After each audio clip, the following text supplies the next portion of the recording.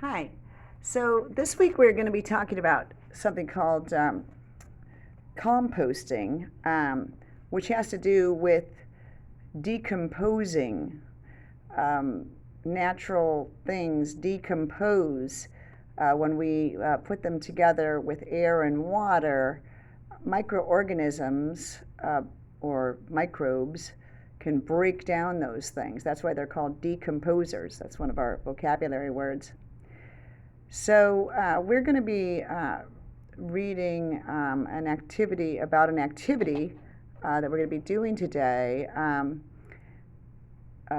just going to read you from the book that it comes from, which is Garbage and Recycling by Sally Morgan. And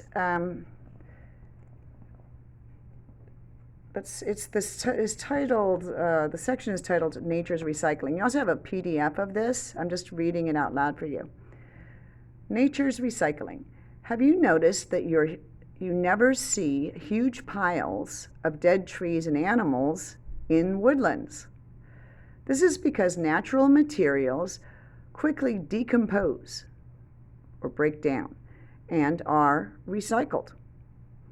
And I just want to interrupt here that we recycle things that we've made, but natural items they break down even faster, and there's a process that they go through to get broken down, and so that's why it's very similar to recycling, where old plastic bottles and glass and newspaper and things can be broken down and then made into new items. That's what recycling is. It's not just using those natural resources, in the item by using the item again.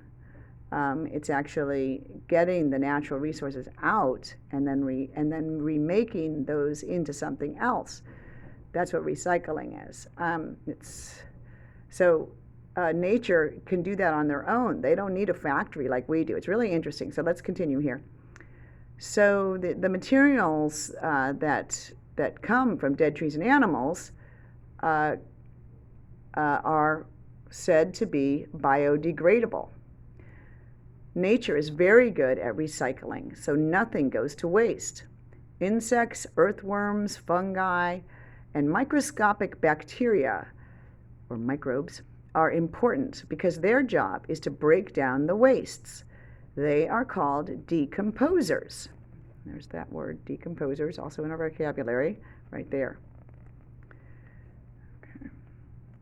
So here you can see this picture shows the cycle that happens in every single forest, at least ones where not all of the microorganisms have been killed off by pesticides.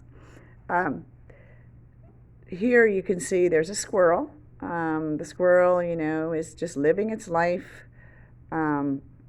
It's eating acorns. So actually, we should probably start with the acorn. Let's say you have acorns growing in a tree, right?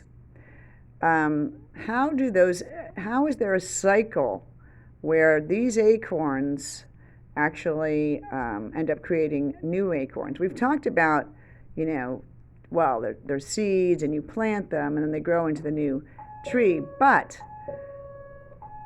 how does the soil make them grow? This is the cycle that shows you how the soil actually becomes healthy enough to have the nutrients that the oak tree would need. Okay, so let's start up here. So we have acorns. A squirrel eats the acorns. Okay. And there's more than one way that nutrients get back to the soil, but this is one way. So the squirrel eats the acorns, okay, and then the squirrel eventually lives his life and he dies, right?